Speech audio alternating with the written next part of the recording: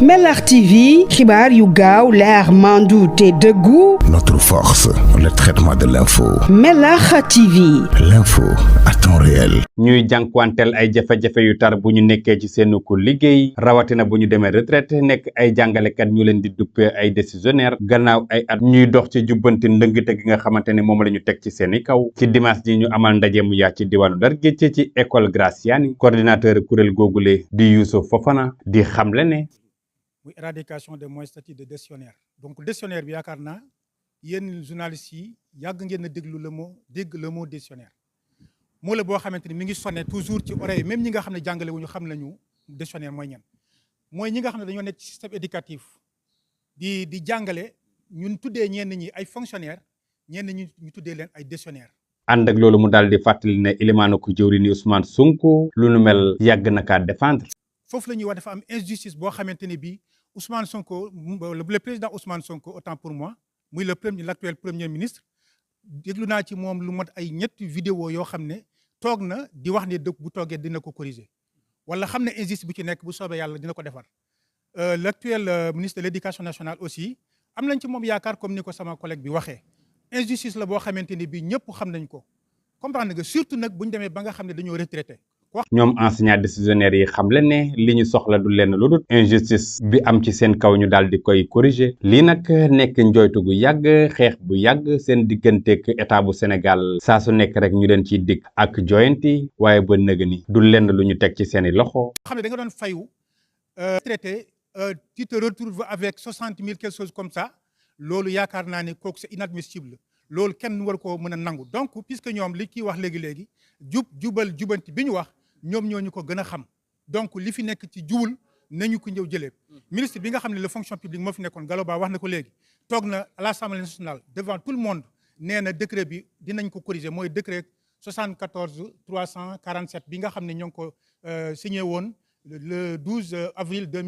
1974 moo tax ñu tuddee ko 74 décret 74 boobu moo ñu indil suñu problème yëpp problème bi nga gis décisionnaire yi jànkonteeg moom yëpp mooy problème bi nga xamante ne bi mooy décret bi nag moom la ñu woñ a corriger defar ko retraité yi nga xam ne ñoom ñoo fi nekk aussi ñoom tamit dañ ci war a gis seen bopp parce que koo xam ne liggéeyal nga nguuru Sénégal wala nga liggéeyal sa réew plus de 20 ans 30 ans nga dem retraité ñu jël la sànni la ci mbalit bi loolu yaakaar naa ne kenn waru koo nangu gouvernement bi fi nekk puisque day jubante ñoo ngi koy woo mu ñëw fexe jubante lii ànd ak loolu la ñu sàkk mooy nañu leen yóbbu fële ca FNR comme fonctionnaire yëpp dafa ñëw ne day jubanti te lii moom ci boppam moom 2012 bi Macky Sall di ñëw ngeen baal ma dafa ne woon lii dañ ko réglé bi ñu ñëwee toog ñoom ñu yaakaar ne dinañ ko jubanti ñu ànd ak ñun ba seen nguur jeex Gallo Ba tout récemment wax na loolu ñoom bi ñëwee ñu ne dañ ko lijjanti kon li ñu bëgg mooy ñu lijjanti ko mu féete côté problème décisionnaire dafa yàgg on a vraiment y en a marre nañ ko lijjanti mu féete côté ñu reverse ñu aussi ci ñi nga xam ne ñoom ñooy FNR parce que ñun dañuy tuddee IPRES foofu la ñuy verser suñu cotisation nañu yóbbu FNR comme tout le monde dégg nga injustice bi am ci affaire bi daal lañ bëgg ñu régler ko une bonne fois. li tax ñoom jàngalekat yi daal di xamle ne gouvernement bi war naa dajeeg syndicaliste yi fay ak ayu bés ngir càmbar lu nu mel seen bëgg-bëgg mooy saafara daar lu ko mooy rek ubbi tey jàng tey du am ci mim réew muy kàddu ko décisionnaire yi nekk ci réewum Sénégal lépp. menace day am parce que tamit ñun bëgguñu woon jàmmaarloo ak nguur gi fi ne parce que collectif rek mën nañu lu mot 7 collectifs de décisionnaires syndicats yi tamit ñun ci syndicats yi lañ bokk. ñu ngi wax ni nguur gi bu ko jubantiwul dinañ def li nga xam ne bëgguñu ko li ñu bëggal mooy jàmmaarloo ak ñoom école bi boy tëjji amul jàngale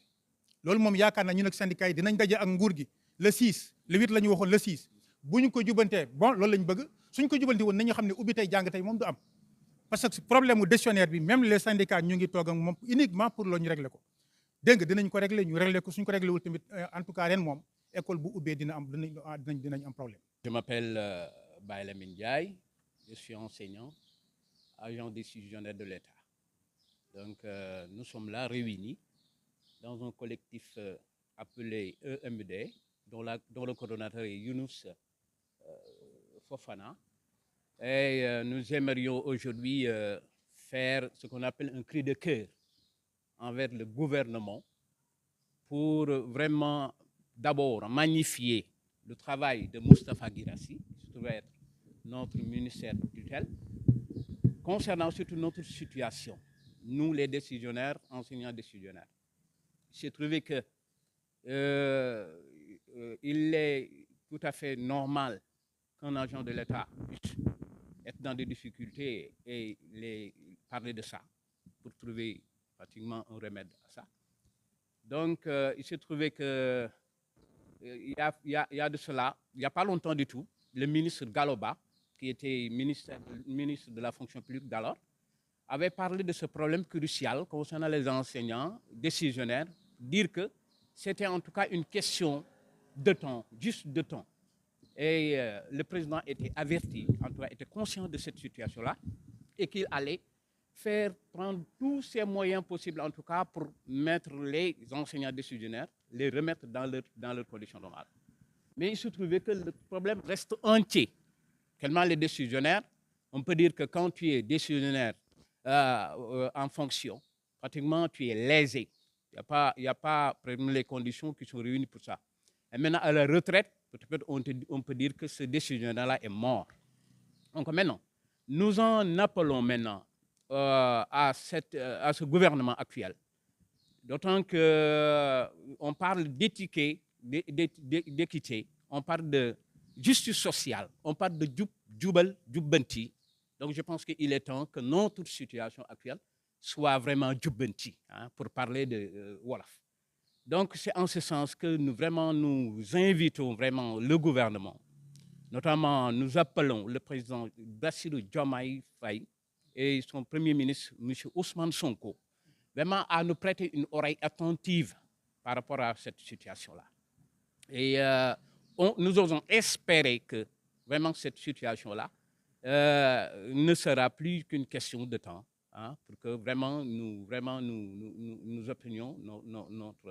nous ayons succès en tout cas à ce que nous demandons. Donc voilà, merci. Voilà. Donc, par rapport au Jubbanti, dans quel domaine? Jubbanti dans le sens de rétablir en tout cas la situation, dans la situation des enseignants décisionnaires et les mettre dans les mêmes conditions que les agents fonctionnaires de l'État, enseignants comme eux, parce qu'ils abattent le même travail, le même boulot qu'eux. Donc je pense qu'il n'y a pas possibilité en tout cas d'avoir une différenciation salariale au niveau des traitements salariés, etc., etc. Donc je pense que c'est en ce sens que nous en appelons vraiment à une compréhension par rapport à cette situation-là. Et comme je l'ai dit, nous osons espérer que, en tout cas, ce n'est pas tombé dans l'oreille d'un sourd et que ce n'est plus une question de temps. Fana du coordinateur collectif bi di EMD, éradication, le mot éradication de moins statut de décisionnaire. Voilà, kon yaakaar naa ni loolu mooy